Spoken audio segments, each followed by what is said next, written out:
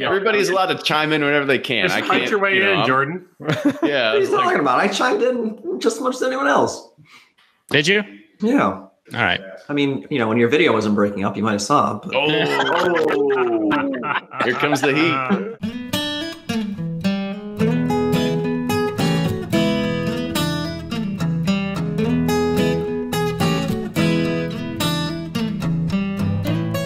Hey everybody, welcome back to episode 196 of Bourbon Pursuit. I'm one of your hosts, Kenny Coleman, and this is the Community Roundtable. That means I don't have any news to talk about because all we talk about is the news on the roundtable. We get some of the latest gossips and the fun cultural topics that we all love to hit on, such as barrel selections.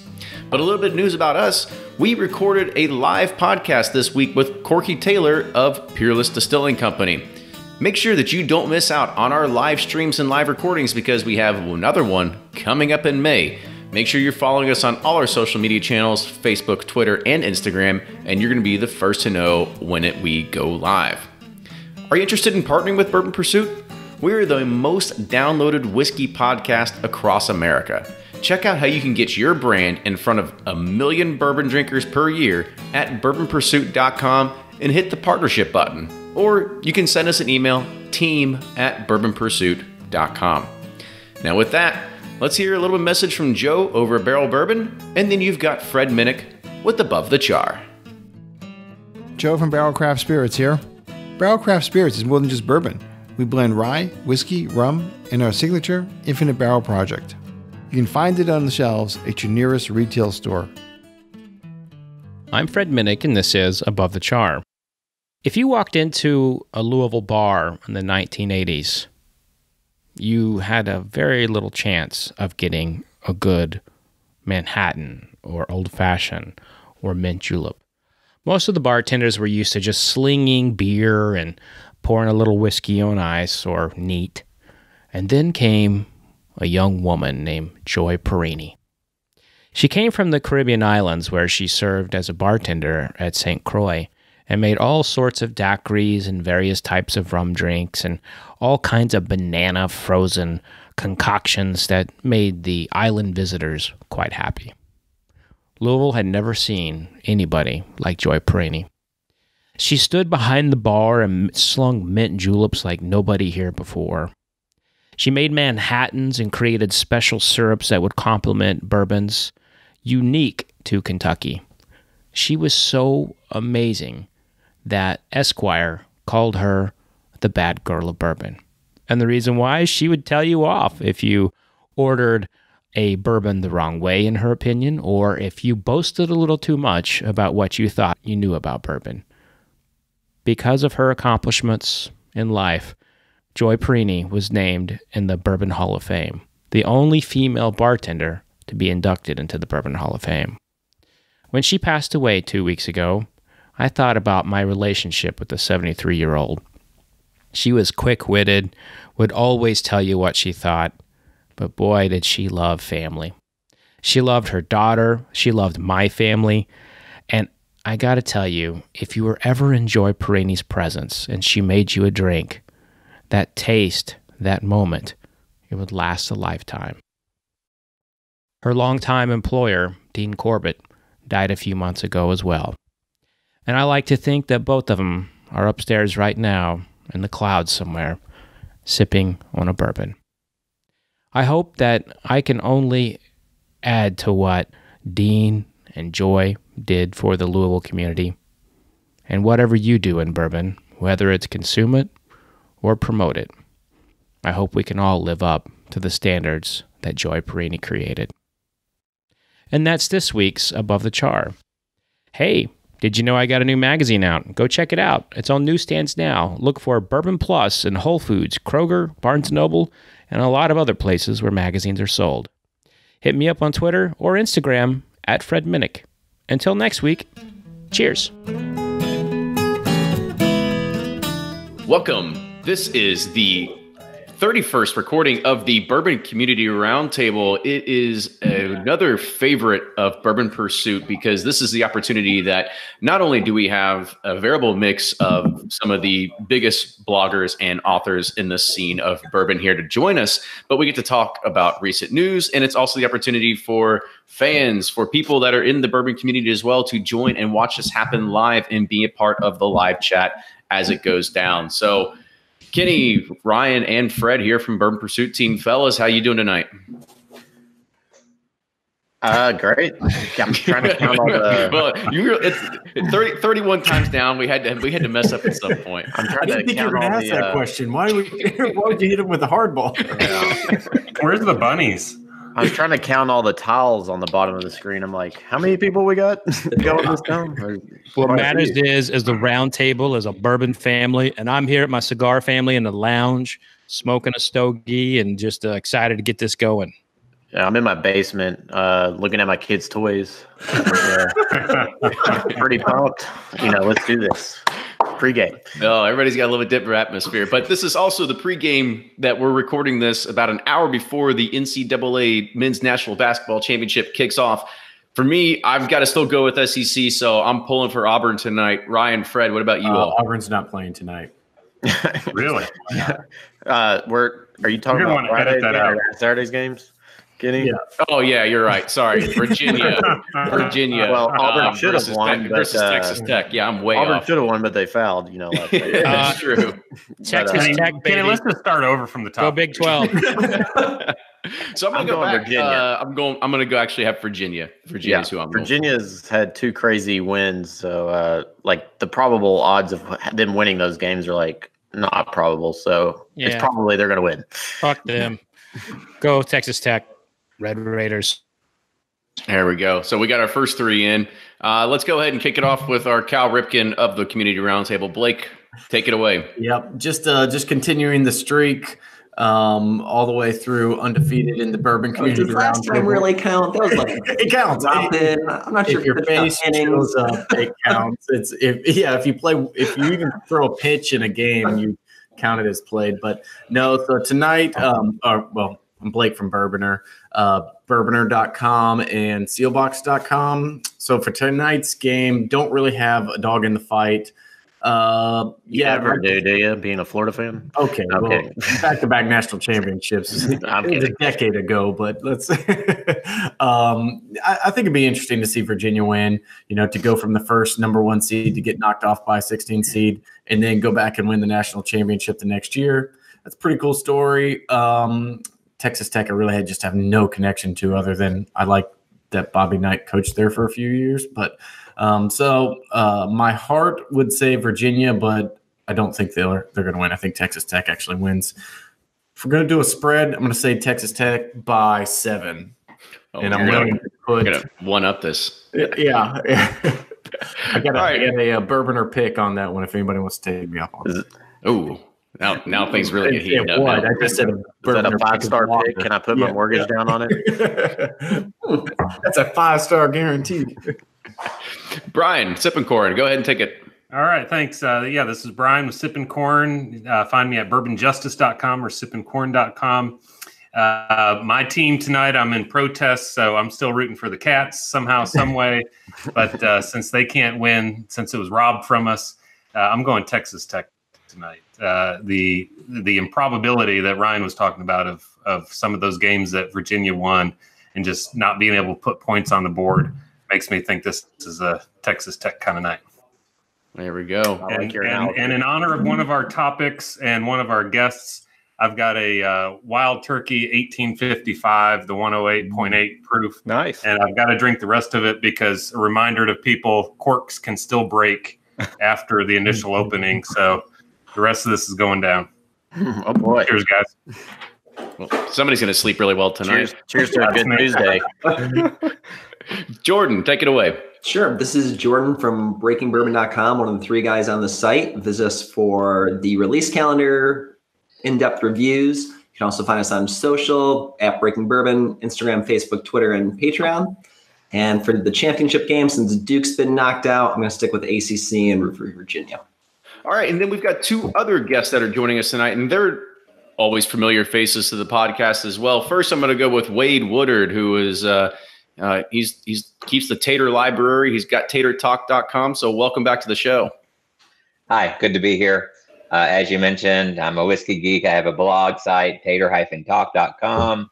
I am the compliance officer of the Texas Whiskey Association, and we are within the next month launching a Texas Whiskey Trail with 14 distilleries on the Texas Whiskey Trail. Let's see, the game tonight. I one time was in Lubbock, and I had my Aggie sticker on my car, and I went into a restaurant, and I came back outside, and I had 2 slashed tires. So, no, I can't cheer for the Raiders. I guess I'll have to go with Virginia tonight. And because it's turkey, I brought out my Monday evening bottles here. So I'm having a little wild turkey tribute. Yeah, a little nice pour. So cheers. Just a random Monday pour. Just happens to be above his computer as we're recording. Whatever. All right. And then David Jennings of Rarebird, welcome back to the show. Hey, glad you had me on. Absolutely. And give a plug about, what you do, and that'll kind of lead us into our first topic tonight. Okay. Well, I have a blog. It's rarebird101.com. It's primarily reviews of wild turkey whiskeys. I have some articles from time to time. There's some resources there with a timeline and bottle codes and this kind of thing. And more recently, I just finished a first draft of a wild turkey book, which I don't know if you want me getting into that or not right now. But anyway, I'm just glad to be on. As far as I'm just not into sports as much as you guys. So in my house, I'm rooting for wild turkey. It wins every night. So it's the eternal champion. I was about to say is there something in your life that doesn't revolve around wild turkey? At some point, does your wife or your kids are just like, God, will you just quit it just for a minute? I get it a little bit, but I try to keep it. I try to keep it in check. So anyway, it's all fun, and it's my passion. I mean, I really enjoy it. So it's hard. If you don't love something, you're not going to do it every day. But when you're really passionate about something, it just happens on its own. So that's my life on a weekly basis. And David, I got to tell you, when you reached out to me to read your manuscript, I was really honored, and to see where you're going with it is fascinating. And starting a Kickstarter campaign, that is one of the riskiest things you can do as an author, to go out there and do that, because you're putting yourself out there. Everyone's going to see what the donations are. So Take us through that process. Why did you choose to go with the Kickstarter route? Okay, well, you know how difficult it is probably back when you first started to get somebody to pay attention to you and give you some type of publishing deal, or one that's even worth a flip. And I didn't really want to compromise. I'm willing to entertain, publishing offers and that type of thing. But ultimately, I felt like no matter what I did, if I went that route, it was going to take a long time. And you told me, we're looking at maybe February at the earliest, if something worked out, maybe later. And so I felt like this was the year. I wanted to get something out there. This is Jimmy's 65th year coming up in September, on September 10th. And I would love to have a copy of this in his hands by that day. And I thought, well, I think I have a strong enough fan base to get just enough to make that happen, hire a photographer and get some design done to have a nice looking book. It's not going to be probably as nice as some of the other hardcover books out there, but it was enough. I thought I could get enough together to make it something worth buying, And I'll be honest with you, setting up the Kickstarter, it wasn't as easy as it was when I set up my Patreon. There was a lot more verification to it, and there was no guarantee that it would be approved. And so I put everything out there and tried to set it up as best I could, and just kind of crossed my fingers that they would sign off on it. They did. And I did the math, and I'm like, okay, I just want to break even, with this. I don't want to, set myself upside down with rewards and this type of thing. So I sat down and did my math. I watched a lot of YouTube videos on how to run a successful campaign. And so I did my research. And so I came up with $3,500 is probably enough to get the design, photography, all this stuff together to get something out there on where a book could be purchased on an on-demand basis, which I'm sure you're familiar with, Fred. But like with Amazon, you can publish a book on demand. So you send them PDF files, and they print the book as people buy it. And so I was just trying to cover the cost to get the book there. Okay. And so it alarmed me to find out, within 24 hours, I mean, it was like I had like $2,000 already, and then today I hit goal 10 a.m. or 11 a.m. or something. And I mean, and now I'm at like $4,500 or something, and the bourbon community, y'all are some good folk, all of y'all. Well, David, I'll tell you that people don't open up their wallets to turds, like they do that to people they like, and you've always come off as a very genuine, very fun person, and you get to know you. It's even more, and then you got that South Carolina accent, Just lures us all in. I thought it was Bill Clinton accent. I'll buy anything he's selling. Bill when I was sick, yeah. Guys, it's humbling. It really is, and I really appreciate it, and I appreciate y'all having me on. I'm going to continue with the Kickstarter. It's going on for another 56 days or so, and everything, every penny I get above my goal is just going to go right back into the project, whether I can make a classier book than I originally set out to, or I can do some marketing. I've been thinking about some ads or this type of thing where I could at least try to, I'm not going to be able to compete with the big publishers, but I can maybe hit a target audience better than they can. No, that's bullshit. You could whip their ass. Go for it. So let's kind of tease some people here. I was going to say, with 57 days left, you're on a pace to make $256,500. Yeah, I don't think you're looking pretty good. There. Yeah. My wife's going to walk in the room if y'all keep talking like that. So, David, I'll give you just some economics behind books. Like I've been writing books for more than 10 years now, and my first whiskey book, Whiskey Women, I had like 500 rejections, and if I had the access to like Kickstarter or had the notion to do that, I probably would have done it. Mm-hmm. But my advance for that was $2,000. Wow. And so they don't accept typewriter manuscripts. They actually do. But so you actually stand, for how you're going about this. You probably actually stand to make, legitimate money off of it, from the book sales if you're putting it all back into the book like that's this. The goal, is just to kind of see if I can, upgrade the product, because I would love to have something in my hands that is comparable to what you would find on a book stand. I'm not cutting any corners with the Amazon print on demand. I mean, it's going to be a full color, photo quality, highest grade paper that they have. It's going to be soft cover, unfortunately, because Amazon print on demand does not do hardcover. But if I continue to raise funds like this, I can have the Amazon print on demand for an option, and then I might be able to go to like BookBaby or Ingram Spark or something and print some hardcover editions. And those might have to be on a limited basis. It just depends, but that's kind of where I would like to go with it. The most important thing to me is that I want something in Jimmy's hands. That's what I want. If I can just tell his story, and of course, there's the Rippy story in there, and there's a lot about Eddie in there. But that is what I really want, because Jimmy is such a legend, and I feel like it's his time to get he's had a lot of accolades. I'm not going to lie, he's had a lot of people give him various honors, but I think there's a story there that a lot of people have not heard yet, and I think that this is the time. This is the year, his 65th anniversary at the distillery. And I really want to make that happen, and I want to make it happen this year. And it looks like it's going to happen now, thanks to everybody, and my Patreon supporters, and everybody that's donated on Kickstarter, people that have tweeted, retweeted, done stories on Instagram, Facebook posts, emails, word of mouth. All this stuff really helps, and I really appreciate it. And I can't say thank you enough. I really can't.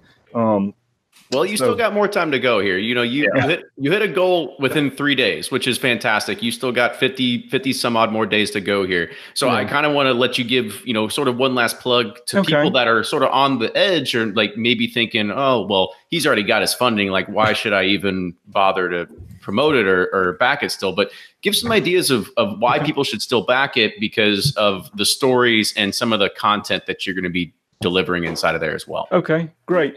Well, again, I want to take any extra funds raised and increase the quality of the product and promote the product. And the purpose of promoting the product is to make sure that the story of the Rippies and the Russells and of Wild Turkey Distillery in the Lawrenceburg area is put out there. And I think, like I said, it's a story that needs to be told, and it's the right time with Jimmy's anniversary. And then we had the 101 anniversary last year with Jimmy and Eddie's combined service. And so that is the most important thing to me. If it stays a self-published thing where it's promoted on my blog or my Twitter feed or my Instagram, it will reach people. It just won't reach as many people. And so I need to make sure I can raise enough to get it to the right places. Like Bourbon Plus or something, like an ad in Bourbon Plus would be a really cool thing. And so that's my goal. So I just have to raise enough money to do that. And I think that, there's content there that you will enjoy. And there's a whole appreciation section too. It's not just history. So if like history is not your thing, if you're like, just not really, there's going to be a lot of reviews on there, tasting notes, my impression on different expressions. And I'm doing a lot of photography. I'm paying for a lot of photography. So the book is going to have a ton of bottle porn in it. It's going to have a lot of like cocktail porn. And it's just going to be just loaded with pictures. Excited. Just loaded with just good porn at the end of the day. And I've got a good photographer, so it's not my stuff. You hire Vivid Entertainment. Whiskey Advocate to do those. I don't mind hitting up Whiskey Advocate either, but they're not on the show tonight. Bourbon Plus is, so I'm going to talk about Bourbon Plus. Know your audience, and you talk about. Fred really likes porn, so he's. Fred's changing the subject back to that. And I'd like to get him in the VC. I don't know if that's going to happen or not. I haven't really talked to Campari too much, other than I did arrange some. Well, at least I started the process of arranging to have the photographer come in and be able to take photographs and make sure that there's no questions there. But it would be nice to get them in the visitor center. I think it'll probably happen in time, maybe after it's done and somebody has something to look at. I'm doing a very limited run this week. I sent a local printer the book without pictures. To have just like a mock-up made, so it'll be in the 5.5 by 8 by 5 or whatever, kind of book format, digest format, and I'm going to send those out to a few people to do some editing and some review. What's your targeted date for release, and how can your fellow panelists here help you? Okay, I would like to have it completed. In time to give it to Jimmy. So that would be September 10th. I'd have to have it in his hands. So September, to at least have a run of the book done by a local printer. So it would be exactly like what would be on Amazon, but I can work with my local printer and have that rushed and done quick. So I could do that, have it FedEx. So, I guess September 1st at the absolute latest would be, my deadline there. But out to the world, I put on there December because I didn't want to kind of overextend myself or make promises I couldn't keep, because I don't know what the turnaround time is with Amazon and these things. I haven't got into that, much research on that side because I'm more focused on just getting the thing done. But I put December, but I'm guessing, it'd be more like October, November, sometime like that, where it'll get there before the holidays. That would probably be the best thing to do, because it would make a nice Christmas present, I think. You definitely want to time it with that. I definitely learned that. I'm going to try. The stocking stuffers, they start accumulating. Yeah. I'll request that instead of the 50 bourbon stones I have. Yeah, exactly.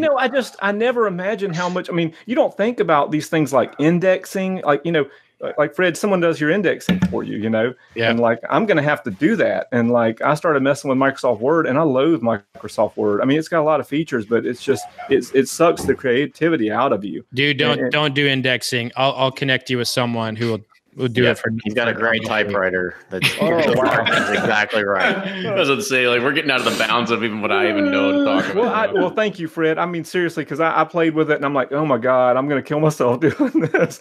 It's just not, I want to create, I want to write, I didn't do a review this week because I was so focused on getting all this stuff together. And I love writing reviews. So it really hurt, to have to take that hit this week. So if you've got someone that can do that, that would be awesome. Thank you. You two talk offline about that. Let's get back to bourbon. Nerd stuff. I'm sorry. Come on, guys. Let's put it back on the rails here. So I want to say, David, thank you again for coming on and kind of giving us a little insight about your book. For anybody that's wanting to help back his Kickstarter, and with the Kickstarter, you get an actual copy of the book too, so you can get that link in the show notes of the podcast as well. But I kind of want to move it on to the next subject, and this is where it kind of all happened in some sort of like Twitter spiral. Fred had tweeted about cask finished bourbon jumping the shark. Wade had a tweet about the TTB telling him that you could add flavor and color and still call it a bourbon. And my head was about to explode. And I said, you know what? Let's just have both of these guys come on and we'll just put it out there and kind of see whose kind of feathers we can ruffle if we're kind of tailing off the wild turkey thing there. So Wade, I kind of want to toss it over to you to kind of talk about where this conversation spiraled out of. Well, if you have a bourbon or a straight bourbon whiskey and you put it in a secondary cask, it becomes class type 641 whiskey specialties. It's no longer class type 101 or 141, which is bourbon or straight bourbon. And the TTB has a chart that what products by class type can have flavorings added to them. And when you become a whiskey specialty, you're also allowed to add up to 2.5% harmless color, flavoring, and blending materials into a product. So I think that's what Fred was talking about somewhat, is that you can add these flavorings into secondary cask finish products and you don't have to disclose the fact. And then we had a major producer just came out with a bourbon that had been finished partially in wine cask, partially in sherry cask. And they acted like they reinvented bourbon. And they were calling the product directly on the bottle. They do have that, what was done to it. Bourbon finished and partially finished. But wait, people like us because we're transparent. Talk about the product you're talking about. Okay. Jim Beam Legend. So if you go on Twitter and type in legend, every single post you'll see me posting the actual cola saying, no, it's not bourbon, it's whiskey specialties. From the cola label approval. And this is something you've been on for a long time. I've been a lot more kind of just generally. I like the category because I liked a lot of taste of them, but I've never really liked the fact that bourbon and straight bourbon are on these labels. And this year at the San Francisco World Spirits Competition, I think a lot of people know I'm a judge there, and I had the special barrel finish category on my panel, and we're tasting these. I mean, and it was like one was like over sherried, one was over ported, one was like 3 different wine cask finishes, and that none of them had any note whatsoever of bourbon. And that was a moment for me that, where I realized that we're so far removed away from these things tasting like bourbon as a whole, that bourbon should not even be on the label for a lot of these special barrel finishes. And when we create like a distilled spirit specialty or a whiskey specialty that allows them to do a lot of the things that they want to manipulate it, to remove it from the actual flavor profile of the original spirit, I don't think bourbon should be on that label. You're starting to see a lot of these independent bottlers, a lot of these craft distillers try to separate themselves in the market. So instead of improving distillate, or instead of having a good quality bourbon to begin with, they're trying to, what they do in rum, which is add things to compensate for the lack of quality in the original spirit. And I got to tell you, it has to have people like Booker No and Parker Beam rolling in their grave, because this is the sort of thing that American distillers fought against in the late 1800s, again in the mid 1900s. Every time there's ever been an effort to mess with bourbon, distillers have rose up and fought against it. And today it's the exact opposite. You're seeing the larger distillers, push for more of these allowances within the federal government, and it bothers me. But I'm going to kind of take a different side of that, because we talk to people all the time. Everybody that does all the barrel strength finishes. You're talking the Angel's Envy, the Joseph Magnuses of the world, everything like that, and they look at it as this is a new territory. This is a new angle. This is how bourbon is going to go to the next level, because there's new realms of experimentation. That's how whiskey is going to go to the next level, in their opinion. But it's not bourbon. Yeah. We had the Taft Act back 110 years ago in 1909 that basically said we couldn't have these adulterated spirits. And now we're getting back to, let's add this stuff to bourbon again. So it's kind of I know what you're saying. I know what you guys are saying when you support the category from a flavor perspective is very good. It's very exciting. But, at some point we have to protect bourbon. And if we do not, then suddenly there's going to be an allowance of coloring and flavoring to bourbon. And we have to protect that. And that's all this is about. That's all Wade's talking about. That's all I'm talking about. I love the flavor of a lot of the Angel's Envy products. I love the flavor of the Magnus products. I'm just coming to a point where, there are people in that category who are taking advantage of it, straight up taking advantage of it and adding flavor packets to it, saying, oh, well, I got a little bit of this is a port barrel finish. I just happen to have an extra bottle of port. Let me just drop that in there. So that is what people who are getting flanked by those who are trying to compensate for shitty quality distillate. And so that's all it is. Playing just devil's advocate, not disagreeing, but just playing devil's advocate. So I guess more for Wade and Fred. So if they come up with a new category called bourbon whatever that defines the rules and regulations around how you can finish a bourbon, would that be something you're open to or no? I would prefer not to use the word bourbon. Call it whiskey. Call it American whiskey, or call it some new name. Well, but I'm like Fred. It should be protected. Bourbon. Yeah, you gotta taste like bourbon. I think what you have is them just not following the laws, because I don't have a problem, and it sounds like y'all do, but personally, I don't have a problem if they call it Kentucky bourbon finished in whatever barrels. But I just pulled this bottle, and it says a truly unique bourbon. That's not abiding by the TTB standards. And now on the bottom, it says Kentucky straight bourbon whiskey, and then a line below it, partially finished in wine and sherry cask. So with that wording, I would have a problem with it. But I think it's, for me, I don't have an issue with it saying, bourbon finished in whatever cask, because that's what it is. I'm with you there, Blake, pretending that they always do that. But if they start marketing efforts where they're just calling it bourbon and leaving off what was done to it, it confuses the lines. And that's what Jim Beam is doing with this product. But interesting, I contacted the TTB specifically about this Jim Beam Legend product. And as the compliance officer of Texas, because I have 14 distillers that look to me to say, what can we do on labels? What's allowed? Wait, America looks to you, not just the nation is. Well, I'm really responsible for these 14. I want to make sure that the products they're putting out are fully compliant with all the laws. And some of them are making some of these products.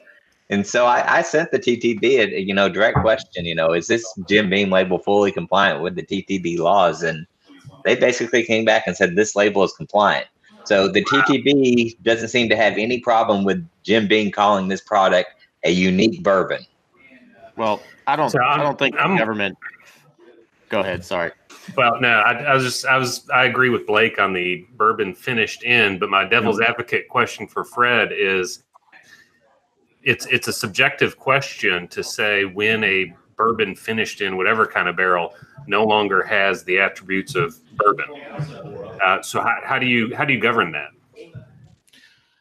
You know, I think it's just a bright line. No finish. If it's finished, you can't call it bourbon.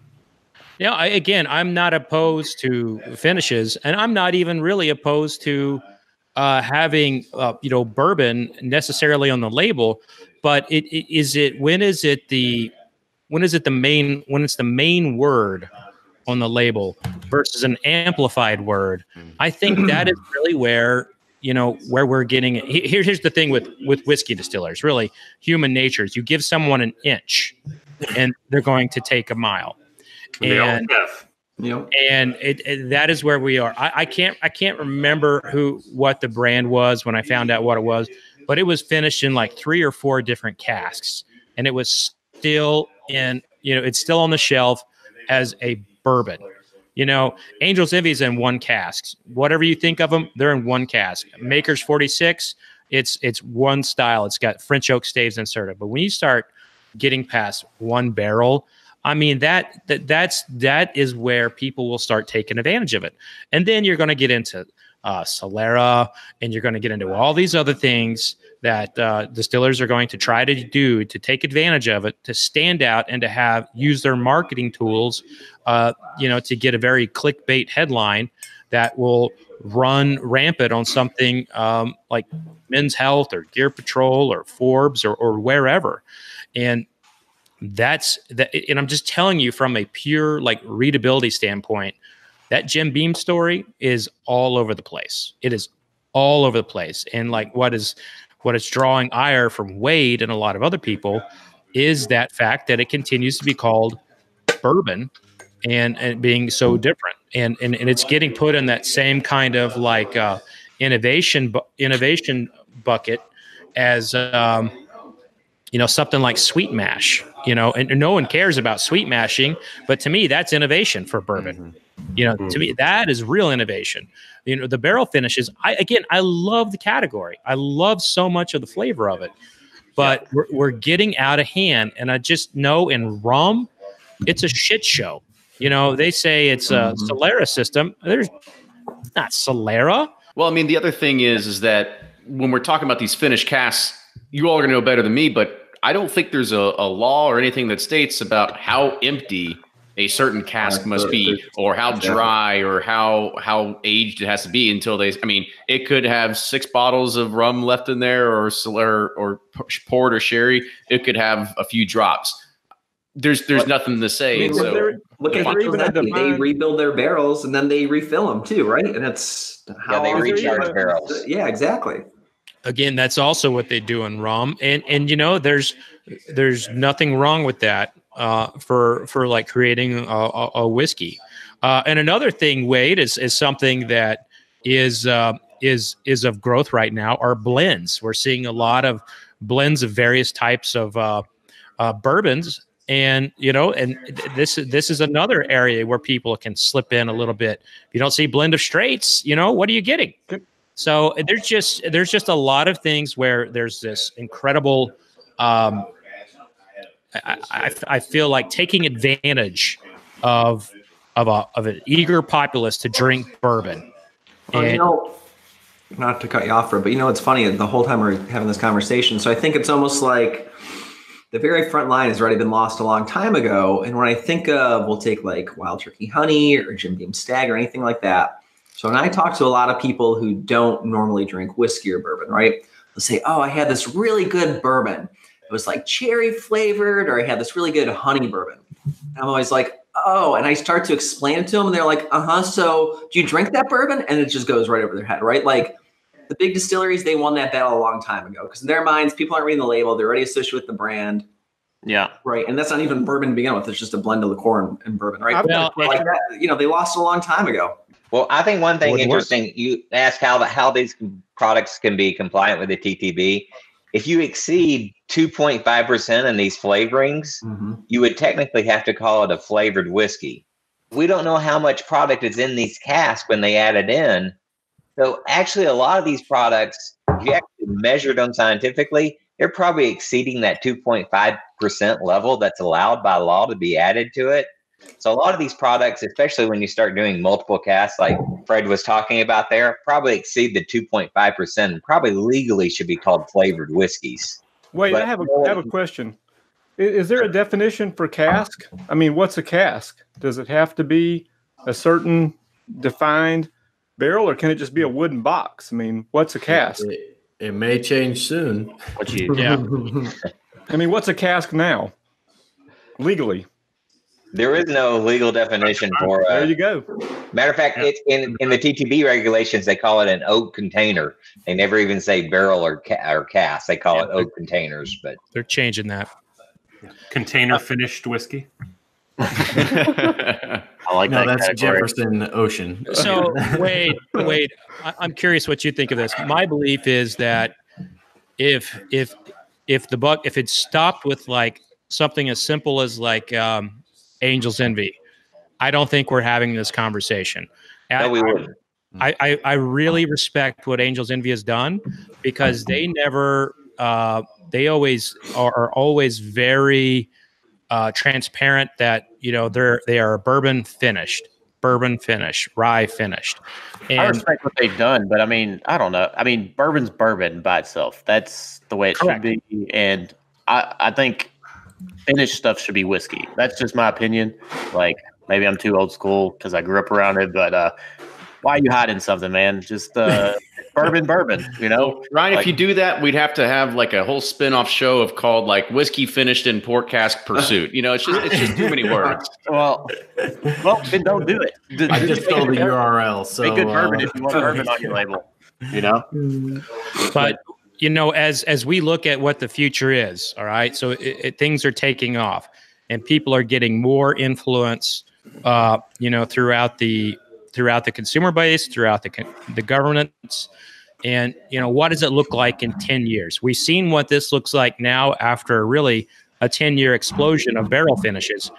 If in 10 years this continues to escalate, it is going to be a shit show. And bourbon will be damaged if we do not hold the line on what is bourbon. And if it would have stopped with Angel's Envy, we wouldn't have a problem. If it would have stopped with that style, we wouldn't have a problem, but it didn't. So I guess to kind of wrap this little segment up, if there is a call to action for bourbon consumers out there, Fred, Wade, like what is that action that somebody should take? Well, my saying is, if it's not straight, you must debate. I love it. He's been teeing that one up for a long time. We got the next T-shirts coming up. I'd add stick to bottled and bond, because that's not getting messed with. That's got the rules. Right. That's even more. That's straight plus, basically. Well, shit, Brian. Then you're only going to have like 12 whiskeys in your bar. You think bottled and bond's not getting messed with? My latest blog post talks about a bottled and bond product out there that's really crossing the line and got approved for the TTB. Yeah. Oh, look at that. Damn, Kenny, I'm glad Wade. We reached out to Wade for Pursuit Spirits. Let me close with one more thing on this topic, though. If people do like these finished whiskeys, I did a little experiment recently of trying to make my own at home by just adding a little port or a little sherry or a little Grand Marnier directly to the bottles and let them marry for 30 days. And then I had a panel of 11 blind tasters taste my version versus the commercial versions. And 2 out of the 3, my versions won easily, hand down. So you can make these products at home by starting with a good straight bourbon base. I like it. Couple of things. One, bottled and bond from a labeling perspective is starting to be, kind of messed with. Whistle Pig has a bottled and barn. So you see something like that's out there. So we've seen flavored whiskeys make it through the TTB as bottled and bond. So bottled and bond is absolutely, it can be, penetrated. And I look at, I always go back to rum when we talk about this. Take a look at the state of affairs in rum. Rum is there's not many really genuine, pure producers left. So if you want bourbon to turn into that, then let's just, let this continue to go. Buy more legend. Absolutely. Well, I mean, I think we definitely came away with some learnings here. So anybody that's out there, make sure you're reading the labels, you know what you're buying, and you make sure you're looking at a lot of these guys' blog posts because they go in depth and you'll be smarter because of it. Bourbon Pursuit wouldn't be possible without the support of our Patreon community and with help of our following partners. You listen to podcasts, so you know that there's more craft distilleries popping up around the country now more than ever. But how do you find out the best stories and the best flavors? That's why we've partnered with Rack House Whiskey Club. It's a Whiskey of the Month club who's on a mission to uncover not only just the best flavors, but those stories that you want to hear from craft distilleries across the U.S. Rack House's box ship out every 2 months to 40 states. In Rack House's April box, they're featuring a distillery that was located inside a former North Carolina prison. Whiskey Prison, home to Southern Grace Distilleries. It's the prison you'd want to break into. Rack House Whiskey Club is shipping out 2 bottles from Southern Grace Distilleries, including its double gold award-winning Conviction Small Batch Bourbon, which is the first bourbon ever to legally be aged behind bars. Go to rackhousewhiskeyclub.com to check it out and try a bottle of Conviction today. Use code PURSUIT for $25 off your first box. But up next, I kind of want to talk about sort of the hype train that continues to build just around limited editions and everything like that. And that was because this past week in Kentucky, there was the last edition of the Kentucky Wildcats Maker's Mark limited edition release. And Maker's Mark does one of these every single year. It's usually in the Kentucky, Southern Indiana surrounding areas. They'll make somewhere between 12,000 to 20,000 of these bottles. And of course, there's just people lined up around the liquor barns and Total Wines and other stores and the Costco's. And I look at this and I try to view it from a retail standpoint. And I'm kind of curious and kind of look at you all. Is this the greatest scam that's ever been invented? Because it seems like retailers just make so much money over doing nothing. Like they can just sell a bottle like that in an instant. Kentucky fans will buy anything. Absolutely. I think it goes more than just that. I think Makers has this down to a science. I mean, they've been not just Kentucky, but they've been doing this for years. It's like, all right, what sports team won? Let's roll out the red wax, or not red wax. Let's roll out the different colored wax. Let's slap it on there, and people go gaga for it, right? I mean, and kudos to did Makers for the RNC and the DNC conventions 2 years ago. Yeah. They did it longer than that. They've been doing that for a long time. The Rock the Vote bottles, for sure. Yeah. Well, right. Jordan's right. It's an art. There's a long tradition of that, right? You know, with all the decanters and everything from years past that the distilleries would put out. Maker's Mark seems to be the only one who continues to keep it a long living tradition. And yeah, I mean, you know, I guess if you see it on the shelf and you're like, I kind of like bourbon and there's my sports team on there. Okay, I'll buy it. You know, it's well, but I think so. You bring up a good point, Blake. But those decanters were when bourbon really wasn't selling, so people were going more for the decanters and the bourbon, right? Makers. I mean, people are buying bourbon left and right now, but they're still rocking it out. But people love it. I mean, you know, and it's not. You think about like the Justify bottles; those things just sell out automatically. Yep. Where now they have the market cornered because if Buffalo Trace comes out with a Kentucky Wildcats bottle, everyone's like, hold on a second, somebody else. But, you know, everybody just expects it of Makers. So, but the biggest kind of newbie question that I see is that most of these newbies out there think these are special editions, that there's some kind of special bourbon in the glass. I've always they sourced them from Stitzel Weller. Wait. Told. It's all 12-year-old Maker's Mark. Everybody. No, that's the over oaked Maker's Mark. You know? You go through the door. This is what over oak tastes like. I'm like, actually, that's pretty good. I kind of like it at 10 years. Could you release this? I'll take one. I was one of those suckers and kept buying them for a while, and then I realized that it's the same juice, and so I just started using them as mixers. Like, hand them at bars. Like, here you go.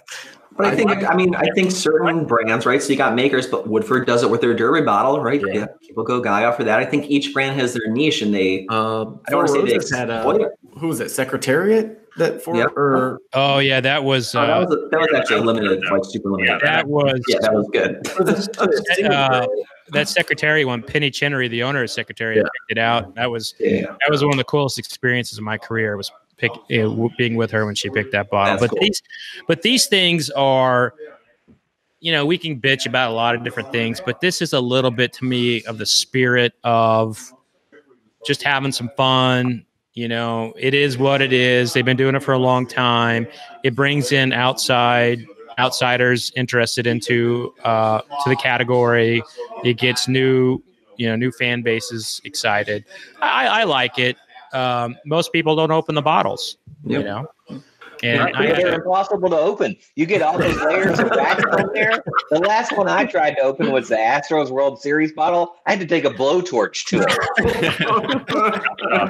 it. I'm pretty sure somebody on here wanted a Beam Cubs bottle when it came out, just for the collectability, right? Yeah, there you go, right? I mean, there you go. I've worked hard to get it.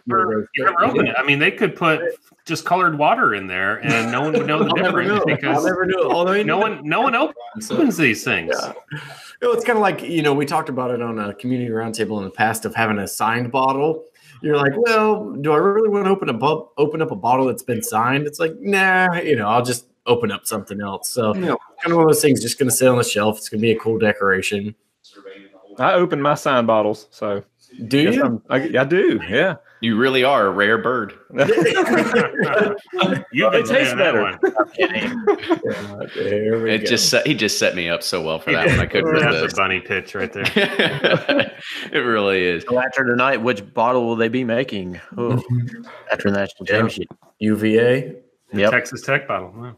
Who knows? It's just marketing. It's just marketing, though. I mean, it's not. I mean, none of the enthusiasts are really being enticed by these. It's more for the mass public that enjoys Makers and Beam, and it's just. I don't see anything wrong with it personally. I think it's a smart move on their part. Makers has always had great marketing. That's kind of their thing, Right. Cheers to them for doing it. They invented good for them. it. Good for Kentucky. Yeah. Makers has a really big collector scene as well, right? I mean, there's guys who just have, Brian and there's another guy, but they have hundreds of these bottles. They buy every single one, so they got to feed the audience as well, which is pretty cool. So almost spent $200 on a Jaguars Maker's Mark bottle one time from the AFC. I don't even know what they did it for. It wasn't the AFC Championship, but you did that because you were a sports fan. Yeah, no, he did that. Fan. He did that back when he was playing. Yeah, I was on the team, and the Mark Brunell threw me a touchdown pass. Silhouette was on the bottle. Then I'm like, hold on, am I really about to pay $200 for Maker's Mark? All right, so I want to kind of just dovetail this into the last topic tonight, and this is again going to be more across on the retail side because I kind of pitched that one as kind of a build up because I look at it in a way that it's going to sell no matter what. It's limited, blah blah blah. Even if it's not limited with 20,000 bottles in one state, and you're only targeting a sports team, it's still going to sell out no matter what. But then we start looking at some things when it comes to something we all love and talk about, which is barrel picks and barrel selections. And there's some retailers out there that they don't care about what's inside the bottle. They will get a barrel sample or they'll get a phone call and they say, hey, we've got 3 barrels. We've got a 9-year, 9.5 year, and a 10-year. They go, we'll take the 10-year. It doesn't matter. Like we'll take it because it's age and that's what sells. So what do you all kind of think of this? Like, do you think that in this sort of this today's market that, age is going to sell a product. It doesn't matter what it tastes like or anything like that. You got a Four Roses that's 10 and a half years old. It's going to sell. No problem. Yeah. I mean, I think it just does. Or sorry, go ahead, Ryan. Oh, no. Well, I won't say where we were and who this was for, but when Kenny and I were in a barrel pick recently, the master distiller, we went through 10 barrels and he picked one and he goes, well, this is going to such and such store. And we're like, that one sucks or something. And he was like, well, they won't care. Something like along those lines. And so it's like, just always make sure where you're buying stuff, who's picking the barrels because a lot of times they're out there and they're just like, it's going to who? They're not here. All right, send them this one. So that's my just take on it. Well, I think I forget who it was, but they were talking about, the difference between group picks and store picks is a pretty big thing, or just trusting the store that's picking it. We had that experience when we did our BCR Buffalo Trace pick. There were a couple barrels in there. We're like, this just isn't very good. And we were like, what happens to these barrels? And it was like, well, somebody's going to eventually get these. And it's just the store who says, yeah, just give me whatever. Yeah. It's going to sell out no matter what. So it's another one of those things where it gets like hyped up. Oh, you got to get store picks. And then all of a sudden just garbage starts flowing into store picks as well. Now it's like, okay, you got to trust who's actually picking these, because otherwise you're going to end up with something that's worse than just what you would find on the shelf. Yeah, people are falling into the age trap, They're falling for something with a big age on it. I'll be honest with you, like with Knob Creek picks, the 13, 14-year picks are just not my thing. I like them more around the 9-year mark from the ones I've tasted. But maybe that's just a personal preference. But like with Russell's Reserve, I recently had a pick from Justin's House of Bourbon, and I was like, this is amazing. The finish was a little short, but the nose and the palate was amazing. And I found out it was just barely cracking 8 years. And I was like, really? And it was from Camp Nelson F, which from my experience has been very spicy, with a lot of dry spice and heat. And this one was real fruity. It was very kind of almost like Four Roses, like OBSO or something. And I was like, this is just incredible. And he was like, yeah, man, it was barely 8 years. I was worried you wouldn't like it. And I'm like, I love this thing. And so you can't really go, I didn't know what the age was going into it. And you can't just assume that because it's got double digits that it's going to be good. That is not true. There are plenty of 8, 9-year picks out there of various, Four Roses, Jim Beam, whatever, that are excellent. So don't go by age, but a lot of people fall for the age trap. 14-year Knob Creek, got to get it now. It's like, I don't know, you might want to taste it first, Yeah, people fall for I totally agree. Just trust who's doing the picks. Yeah, they fall for the age, and they also fall for the proof a lot too, right? So you'll see the same thing. It's like, oh, it's high proof. I'll get the highest proof. Or short barrel. Oh, short barrel. Got to jump on it. Exactly. Right. So it goes right back to what Brian said. What we're all talking about. You got to know the people picking it, right? And find a flavor profile of somebody else that has a similar taste as you do, and just trust them. Yeah, so Elixir Spirits here commented in the chat and said, it happens quite often. He had an 8-year, 11-month OESK he took delivery on over a 12-year OBSF. However, the OESK took 1.5 years to sell versus the 12-year, which only took 6 months. So, yeah, I think it really boils down to people have this idea of age statements when they go in, and they don't really care. He even told customers that the OESK tasted better too. So that kind of just goes, yeah, people still bought it. And I think this is sort of the thing that we're starting to see, and what I'm starting to see with some of the retailers is that they don't care about going and tasting it. They're just like, sure, just get the highest age, put it in a bottle. It's going to sell no matter what. You don't see age statements on every other thing. So you're like, I think people get excited when they see like a higher age on something, just because your age statements are gone now. So that might be why. Well, I think a little bit of this too, you're starting to see, this is, we're talking about this, but there's another coin to this, is that the distillers are going to the distributors and saying, if you guys don't take this barrel, you're sending us a clear message. These retailers are not necessarily doing this by choice. I mean, yes, they are selling it, but a lot of the bigger ones, they're trying to keep that. They're trying to keep their allocations, and their guys still go in there and get the sweet honey barrels, but they do take on a load that that maybe Old Forester doesn't want, or Knob Creek doesn't want. Doesn't have like a group coming in and selecting them. So it's not necessarily always the retailer's best interest to say no to these larger distillers who are dictating who is getting barrels right now. Right. Yep. Everybody's on the chopping block, so you got to just take what you can get. I know a large retailer here in Houston that they like to have store picks, but not with their particular name on it. So they want some kind of designation, some kind of sticker on the bottle that it was a private barrel pick. But in case it's bad, they don't really want to have their name on the bottle. I like it. Two-edged sword, because then if people love it, you don't even get to claim it as the greatest thing ever. Yep. That's when you have some side stickers.